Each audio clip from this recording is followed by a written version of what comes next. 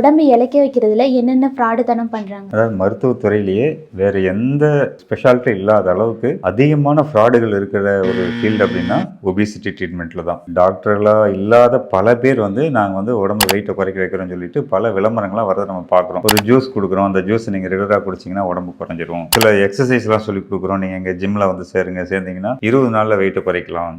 அல்லது சில இந்த ஒரு கஷாயம் கொடுக்குறோம், அல்லது சில மாத்திரைகள் கொடுக்குறோம், சில கேப்சூல்ஸ் எல்லாம் கொடுக்குறோம். இதை சாப்பிட்டீங்கன்னா உங்கள் எடை 30 நாளைக்கு இவ்வளோ குறைச்சிடலாம் அப்படிங்கிற மாதிரி கவர்ச்சிகரமாக விளம்பரமெல்லாம் கொடுக்குற மாதிரி நிறைய ஃப்ராடுகள் ஊரில் இருக்குது. இதெல்லாம் எதையுமே நம்ப வேண்டாம்.